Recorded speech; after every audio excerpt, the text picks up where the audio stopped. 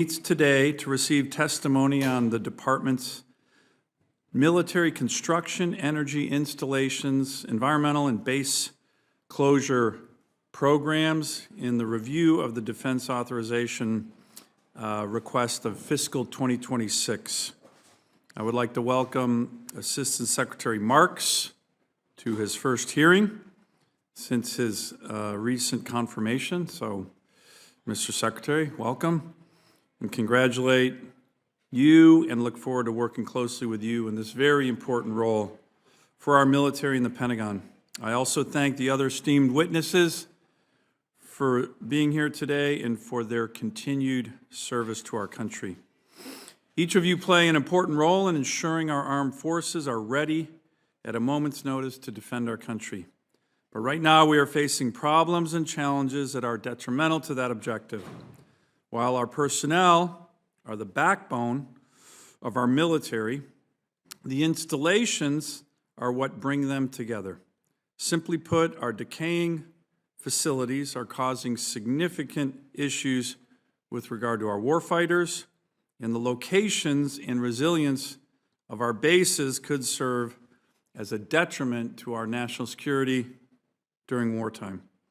With that in mind, I want to discuss our current basing posture in the Indo-Pacific in the context of dispersal, survivability, and logistics, including for bulk fuel and energy requirements.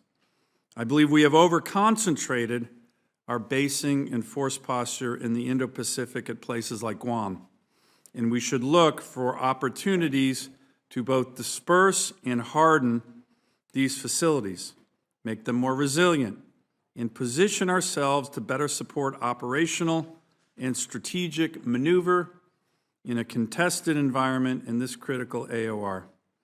I would like to hear from each of you on the implementation of the FY25 National Defense Authorization requirement to achieve 4% plant replacement value by 2030.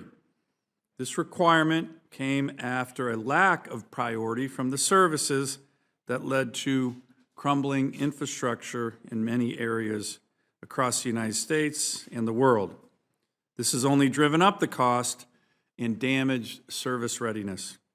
We must take immediate action to mitigate this damage for many of these facilities throughout the world. As Chairman Wicker said during the Air Force posture hearing, this is the law of the land. I would additionally like to discuss any updates each of you have in improving and maintaining unaccompanied housing.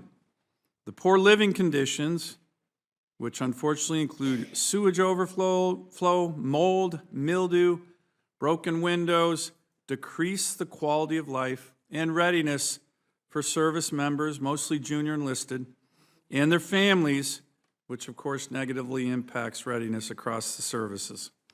We must ensure that our service members are not living in barracks that do not meet the standards set by the Department of Defense. Additionally, your thoughts on the Department's work in operational energy and how these systems can transform the modern warfighter are crucial to this committee's work on contested logistics. Finally, I would like to hear from each of the witnesses about your future priorities, since the Department did not release the future year's defense program budget through 2030. We are still waiting for that.